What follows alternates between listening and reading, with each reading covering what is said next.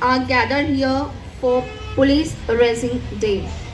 The Maharashtra Police Foundation Day is celebrated on 2nd January to commemorate the presentation of the state police flag by the former Prime Minister of India Jawaharlal Nehru to Maharashtra Police on 2nd January 19. I must say very proudly that the Mumbai Police is considered of the best police force in the world. So please students, please clap for our police team and give a very round applause for their sacrifices and for their hard work. Please once again give a round of applause for them.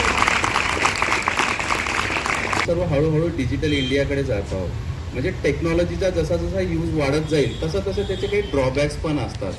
ते आपल्याला drawbacks एकदा जर तुम्हाला कोणत्याही गोष्टीमध्ये जर success घ्यायचे किंवा आपल्याला एक चांगलं अचीव पॉईंट करायचे तर त्याच्यासाठी त्याचे मायनस पॉईंट आपल्याला माहीत असणं खूप गरजेचं असतं, ज्याला आपण अवॉइड करू शकतो असे. तर आता हे सायबर क्राईम सायबर फ्रॉड होतात कसे. समजा आपण एक बँकबद्दल जर विचार केला, जास्त करून ते ऑनलाईन फ्रॉड होतात, तर त्याच्यासाठी काही माध्यम असतात. जेव्हा आपण ॲक्सेस दिला जातो तेव्हा तुम्हाला काही ना काही फ्रॉड होतो. पण समोरचा डायरेक्ट तुम्हाला म्हणणार आहे का बाबा मला एक 5,000 रुपये दे किंवा मला इतके OTP सांगितलं तर दे. तर आता कसं होतं, तुमच्या मोबाईलला काहीतरी लिंक आली जाते.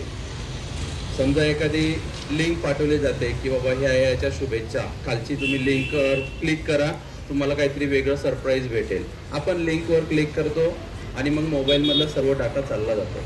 म्हणजे तुमच्या मोबाईलमधला समजा समोरच्याला जर एक 10,000 रुपये तुम्हाला फ्रॉड करायचे, ते लिंक पाठवणार तुम्हाला आणि मग त्याचा ॲक्सेस घेणार, मग तोच तिकडनं OTP घेणार, सर्व OTP रीड करणार, तुम्हाला काही द्यायची गरज नाही.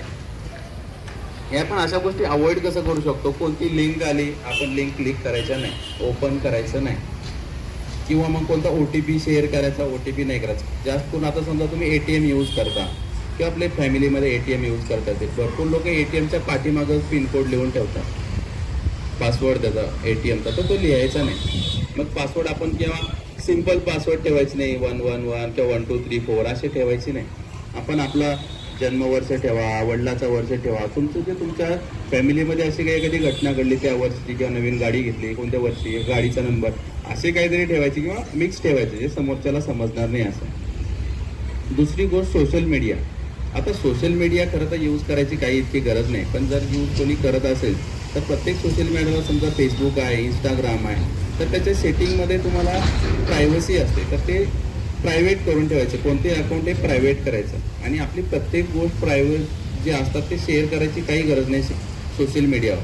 समजा तुम्ही कोणीतरी आपले फोटो टाकतो किंवा मी ह्या इथे गेलो तिथे गेलो, तर ते समोरच्याला बरोबर समजतं की अच्छा तुम्ही या ठिकाणी आहे. म्हणजे तुम्हाला तुमच्यासोबत बोलण्याची सुरुवातच कसे करतात, आपल्याला विश्वास कसा संपादन करतात ते, तर ते सांगतात अच्छा तुमचं हे नाव आहे, तुम्ही मागे या ठिकाणी गेला होतात, इथे भेटला होतात, मी तुम्हाला ओळखतो. इथून आपल्याला वाटतं अरे हा आपला ओळखीचा आहे. मग तो आपण काहीतरी गोष्टी त्याच्यासोबत शेअर करतो, OTP म्हणा, तुमचा ATM म्हणा, अशा गोष्टी शेअर करायच्या नाही.